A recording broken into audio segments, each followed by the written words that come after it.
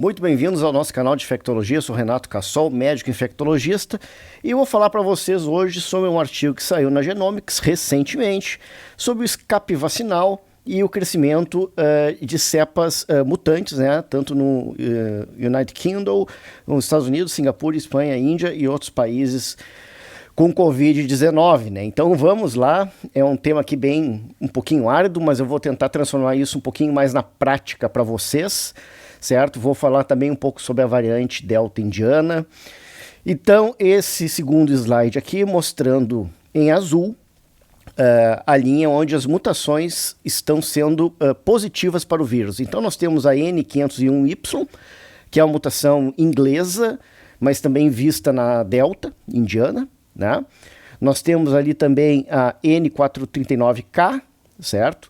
A E484K, que é a nossa conhecida variante P1 aqui do Brasil, mas que é bastante semelhante também a E484Q, que está na Índia, certo? E a T478K, certo? Essas variantes, elas estão se sobressaindo acima de outras variantes. Na verdade, não são variantes, são mutações na spike protein, ali no receptor domain do vírus, ou seja, é aquela parte do vírus, da anteninha do vírus, que se encaixa no receptor ACE2 e faz com que o vírus se conecte à célula humana. Então, quanto maior a afinidade, quanto mais tranquilo é o encaixe dessa engrenagem do vírus na célula humana, maior a infectividade do vírus. Então, essas mutações, elas tendem a se sobrepor a outras mutações desse spike, né? Então é o seguinte, se tu tem uma maior afinidade ao receptor ACE, o vírus se transforma mais infectante. O nosso vírus original tem um R0 aproximadamente de 2. R0 é aquela capacidade que uma pessoa tem infectada, tem de transmitir para uma pessoa não infectada. Então, o R0 de 2, por exemplo, é uma pessoa infecta para 2. Está se calculando que a variante Delta, o R0, pode chegar a 5, certo? Então ela tem uma mutação, na verdade, ela tem duas mutações, a variante indiana. Ela carrega o N501Y, o L452R e o E484Q, e essas mutações da variante indiana fazem com que a afinidade ao receptor ACE2 seja muito superior ao vírus original, certo? Isso faz uma vantagem evolutiva para o vírus, fazendo com que ele se espalhe com maior facilidade. É vantajoso para o vírus se espalhar. Aqui em verde nós temos o próprio receptor ACE, né, e nós temos ali as mutações do spike protein, onde ele se encaixa nesse ponto da célula humana para infectar a célula, certo?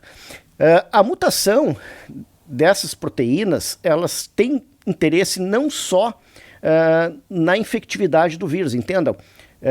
O vírus vai se adaptando, ele vai se adaptando aleatoriamente, ele muda aqui, muda colar, muda aqui conforme vai tendo o vírus. Ele é um vírus de fita simples de RNA, ele tem uma facilidade para fazer isso. Algumas delas não são vantajosas para o vírus e elas não vão adiante.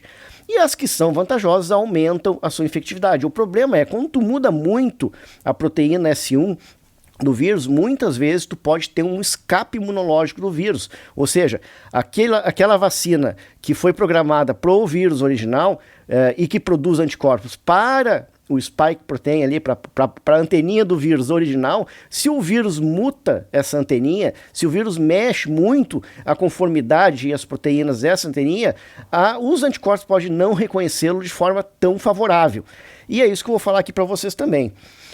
Então, nesse último slide aqui, a mutação N501Y, envolvida no Reino Unido, África do Sul e variantes do Brasil, pode enfraquecer moderadamente a ligação entre o RBD e muitos anticorpos conhecidos, enquanto as mutações E484K, aqui do Brasil, K417N, encontradas na África do Sul e brasileiras, L52R e E484Q, encontradas na variante da Índia, pode potencialmente interromper a ligação entre o receptor binding domain e muitos anticorpos conhecidos. Ou seja, pode existir aí um escape do vírus aos anticorpos produzidos principalmente por vacinas. Isso não tem se visto tanto para pessoas que já tiveram o Covid. Quem teve Covid permanece com uma imunidade pelo menos 7 vezes maior do que qualquer esquema vacinal hoje disponível no mundo, né? E se quer saber mais detalhes disso, vídeo anterior eu falo sobre anticorpos da classe IgM, IgA e IgG produzidos de forma natural e de forma também vacinal, artificial. Seguindo aqui, então, uma lista de mutações de escape de vacinas mais prováveis é fornecida incluindo a S494P, a Q493L, K17N, e assim vai indo, e eu sublinhei aqui as três, a E484K, que é a brasileira, a L452R, que é a indiana, e a E484Q, que também é indiana. Ou seja, a variante Delta indiana tem diversas mutações que podem fazer com que exista um escape vacinal, ou seja, a vacina não funcione tão bem. Mas eu tenho dados aqui, eu já mostrei no vídeo passado, tenho dados no mundo real, como é que isso tem se desenvolvido. Então, qual é a proteção da variante, então, para quem foi vacinado? Nós temos aqui na Pfizer-BioNTech, 96% dos pacientes estão protegidos de internação, ou seja, doença grave, e Oxford-AstraZeneca, 92%.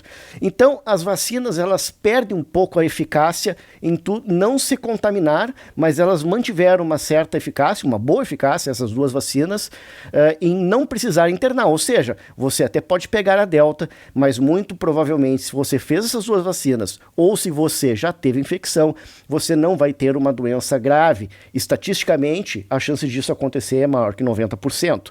Ah, Renato, e sobre as outras vacinas? Não temos os dados ainda. Estamos procurando os dados, principalmente da Coronavac, que é a vacina que às vezes é a primeira, às vezes é a segunda mais utilizada aqui no Brasil. E assim que eu tiver esses dados, eu publico aqui para vocês. Espero que tenham gostado. Eu sou Renato Cassol, médico infectologista, e até o próximo vídeo.